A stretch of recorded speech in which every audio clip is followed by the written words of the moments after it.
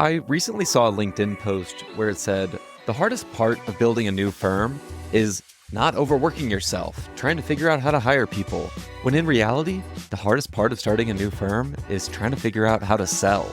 Today, we're going to talk about how to stop selling services and how to start selling outcomes. Let's dive in.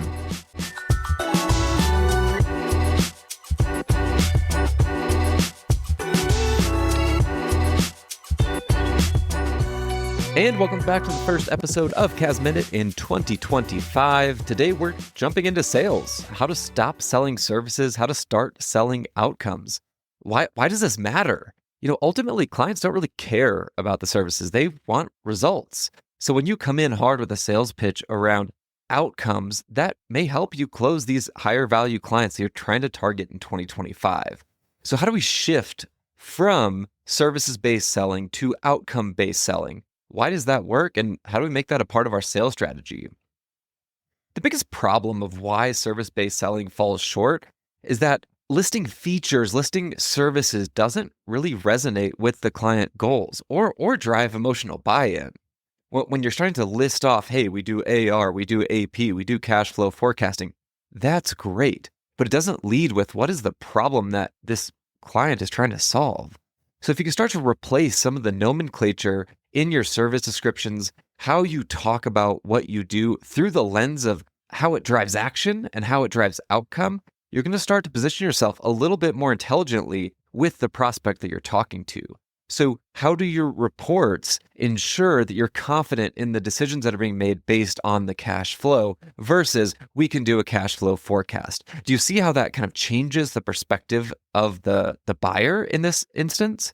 When we look at the power of outcome-based selling, we're really trying to build that emotional connection. So we're trying to create a model of where this prospect can be in the future based on what you can deliver to them today. So it's not based on what is the service that you're providing. It's based on how you can get them in the frame of mind to picture themselves in the future in a position of, if we were to have this service, where does this put me and how does it allow me to scale, to change, to evolve, to reach the goals that I've set for my company?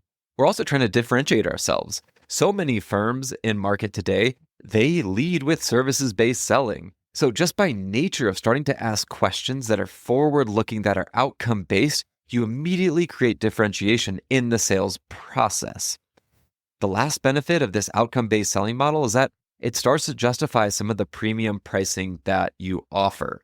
Ideally, you're in a position where you are pricing yourself as a premium offering in the market as an advisor, not just an outsourced bookkeeping service. You're leveling that up in order to justify premium pricing to deliver a service that yields outcomes, and then changing how your client views you when they step into a relationship with your firm.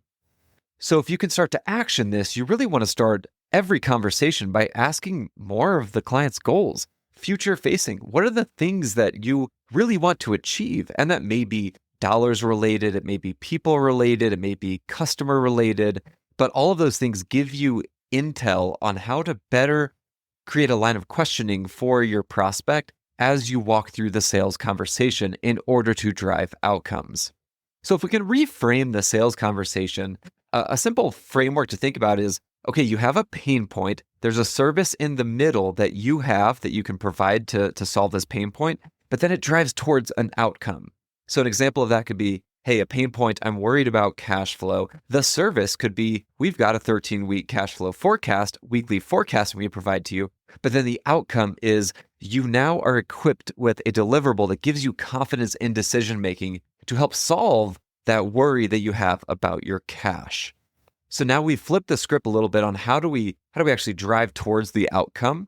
How do we solve that pain point, but not focus on the service itself? Focus on where this will get your prospect. One of the things that I see most often is that accountants in the sales process really like to focus on efficiency. Efficiency in and of itself isn't necessarily a strategic outcome.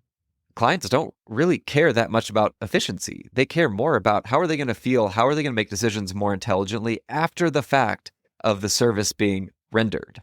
So let's focus on that forward-looking thing and not just the efficiency to get the work done. I also see a lot of accountants overpromising. Hey, we can do all of these things and you'll experience X, Y, and Z, or maybe it'll relate to a revenue increase or a cost reduction. just be realistic and set clear expectations of, hey, if we reduce your days sales outstanding in AR by 25%, you can free up $50,000 in working capital to help drive cash back to the business. That's an actionable tip that I think can be really helpful when setting clear expectations and avoid overpromising to your client. Final thoughts, when we're selling outcomes, we're doing that to build trust, we're doing that to stand out, and we're trying to win higher value clients. When you're starting to position yourself as that outcome generator and not just a service provider, you really start to rewrite that relationship with your prospect to yield those higher value, better relationship driven clients. We're focusing on results, not features.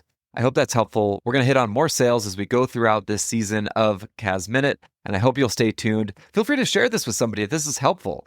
Would love to have more conversation around sales to help equip our industry be more successful this year. Till next time.